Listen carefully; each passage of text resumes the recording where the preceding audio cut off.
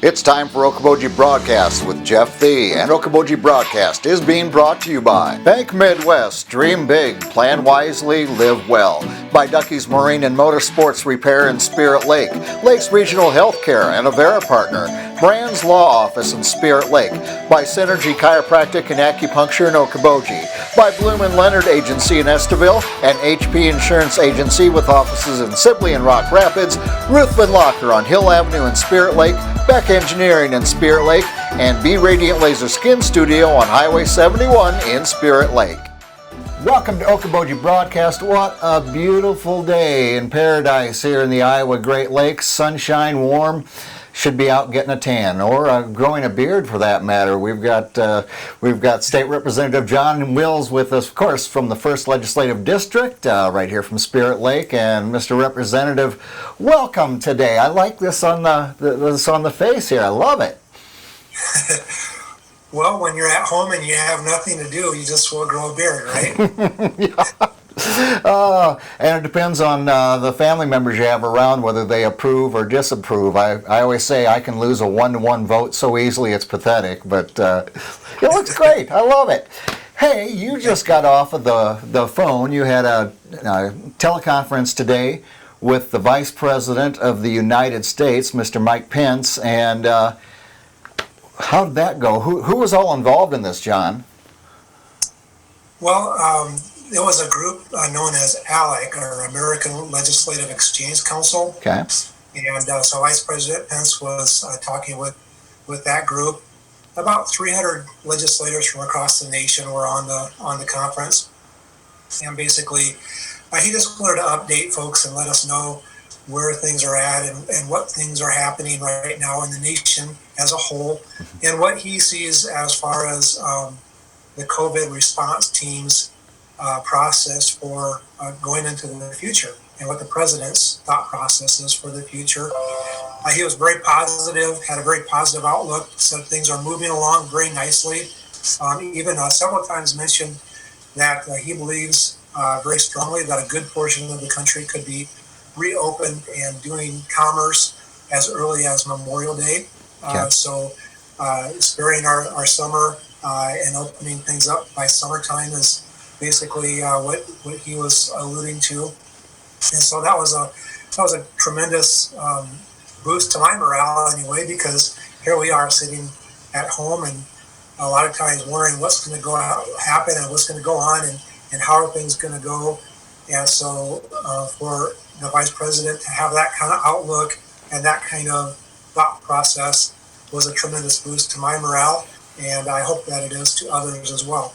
Well, I know the state of Georgia, I think, is amongst the first to kind of roll out some early and trying to do it safely, of course, but limited businesses opening, and so I know they've got like hair salons, different things, and having social distancing involved in this and so forth. And so there's one amongst the first, and of course the president and the vice president have the multi-stage plan of reopening the economy. So I bet it was interesting to sit in with the vice president. Of course, he's on a conference call, I think, with almost all 50 governors on a daily basis. Yeah, he did mention that, and they have a lot of communication back and forth. And so he's taking a lot of his cues from the governors. It's going from the bottom up, and then they are of course formulating their plans and thought process from that. And of course, every day I listen to the press conference with the governor, and yesterday she rolled out the Test Iowa initiative, and I know initially they kind of want to get the front lines people, your healthcare providers, your nurses, your doctors, your EMTs, and emergency workers and so forth tested, but they had, I believe, 80,000 she announced today that have already signed up. Yeah, that's an amazing number of people just to go through a website and fill out a short little questionnaire, and that's really an important step for our state to take in order for our state to start opening up. Because when we do open up, and the vice president mentioned this and the governor has mentioned this, we were on a conference call with the governor yesterday at noon, and so basically both she and the vice president said if we're going to open up our economy, if we're going to open up our states and our areas, our local regions, we need to do it smartly. And so really the first step in that smart opening of our state is to do that Test Iowa. And I'll give you the email or the website address real quick. Okay. It's www.testiowa.com. Okay. www.testiowa.com. And what that does is it gives you an assessment of your health. And if you are not feeling well, it might recommend for you to go get a COVID-19 test. Okay. If you are feeling well, it'll just simply say, keep doing the same things you're doing and that sort of thing. And so really, the first step is the assessment. And then testing anybody who may have been exposed or anybody who's not feeling 100%, or maybe you're feeling perfect, but you know that you've been exposed to a positive tested person, then you would get tested at a hospital or at a legitimate testing facility.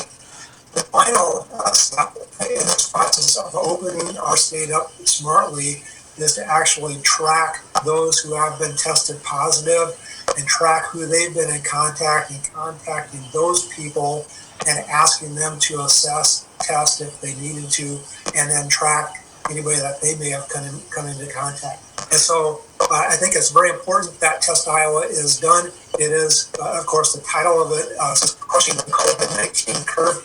And so we do, in order for us to crush the COVID curve, we really need to follow those three steps: is assess, test, and track. I think if we do that, we can really look at different areas within our state that we can open up. And I would say that we can at least meet the date that Vice President Pence had talked about of Memorial Day. But in order to do that, we really have to be smart about it as well.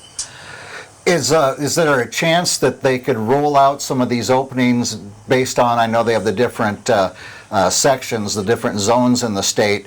Northwest Iowa, we've had some, not a great deal, thank you Lord.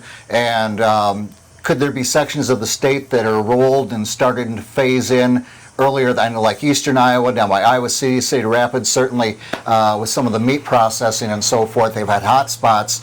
So could it come out in that type of order, John? Boy, that's a great question.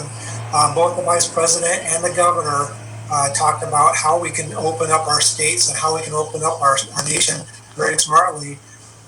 Both of them said that they think that we can open up a state on a statewide basis, on a region, or the regions that the governor has set up, the 6 different regions within the state, and both of them even said, or maybe even on a county by county basis. And so if you have a county that has had 1 positive, or maybe 2 or 3, very small amount of positive tests, well, maybe that county can be opened up separately or independently from others. Whereas if you've got a region or you've got an area such as Northeast Iowa where they've had just a tremendous amount of positive tests, maybe we need to hold off on opening that area up.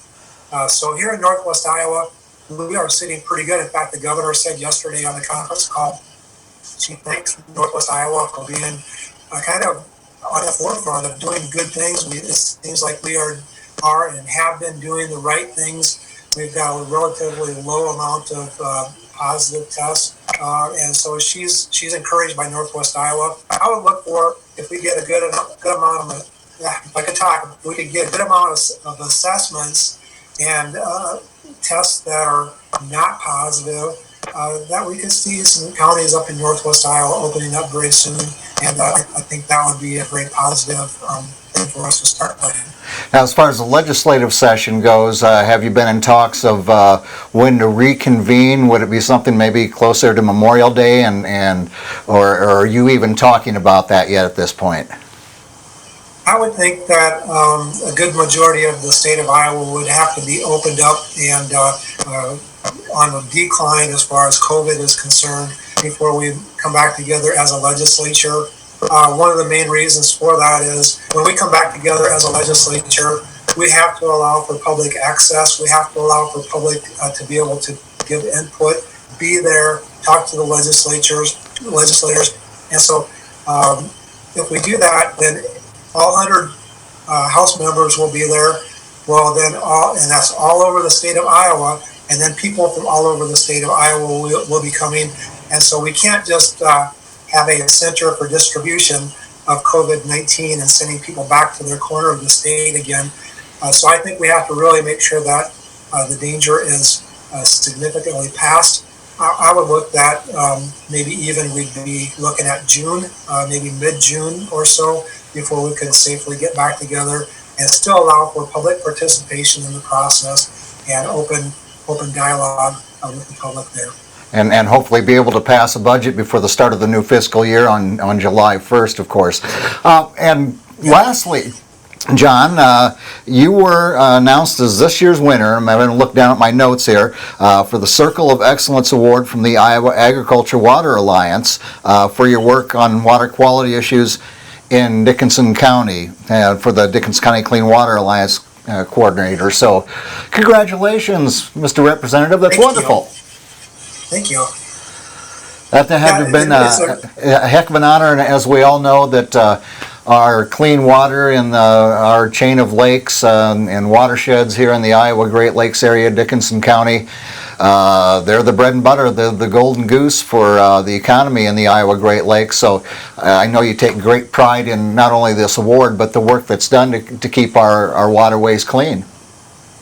Yeah, it is a great honor. You know, there's 5 people that work in the water quality field honored each year by this award, and so I was one of those this year, and so I really look at it as you know, I'm kind of the mediator. I'm the kind of the person who is out in front, but it's really every single person in the county who's working hard to improve water quality and do good things, who is actually the hard worker. I'm just kind of the one out there who helps people and gives good thoughts and ideas, and somebody else who owns the land or owns the property is the one who actually implements and does good things.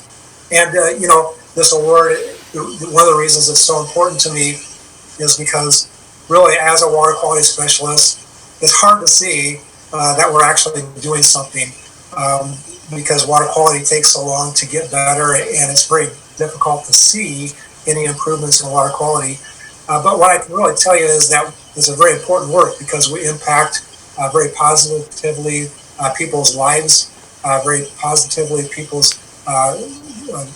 life experiences, and just quality of life. Not to mention the fact that we keep people safe by having safe and clean water for them to recreate in and that sort of thing. So, yeah, it was kind of really a surprise, and one that I am very happy and excited to accept for the Dickinson County and the people that do good things for water quality. It's amazing what things can happen when you work as a team, or as Ronald Reagan used to say, it's amazing the things you can accomplish when you don't care who gets the credit. So, one of my favorite presidents, by the way, as I know you as well. I do happen to have a daughter with a similar name. Oh, well, my friend, thank you for continuing to represent us both with conference calls with, of course, the Vice President of the United States, and your continued work on clean water here in Dickinson County. Of course, your representation of us down in Des Moines, whether you're doing it from in Spirit Lake or in Des Moines, you're constantly representing us, and it is greatly appreciated. Yeah, thank you for doing this and helping us to get the word out so that people can be safe and secure in the fact that we're doing good things here in the state of Iowa. I also want to mention, if I may, that there's going to be a online it's not a FaceTime, it's a Zoom meeting, online Zoom town hall tomorrow night at 7:15. And if people want to know about it and get it onto that town hall, they can go to my Facebook, and there's a advertisement for that online town hall tomorrow night at 7:15. Very good. They can just follow that link, get on there, and then join in your Zoom call. Yep. Very good. Well, State Representative John Wills, thank you for being here with us today. It's always a pleasure. And thank you to your sponsors for helping to put this together and helping you to put this on. I appreciate them as well. Our guest has been State Representative John Wills, of course, from the 1st Legislative District here in Iowa and from Spirit Lake. And we thank him for being with us. We thank you, as always, for watching us right here on Okoboji Broadcast.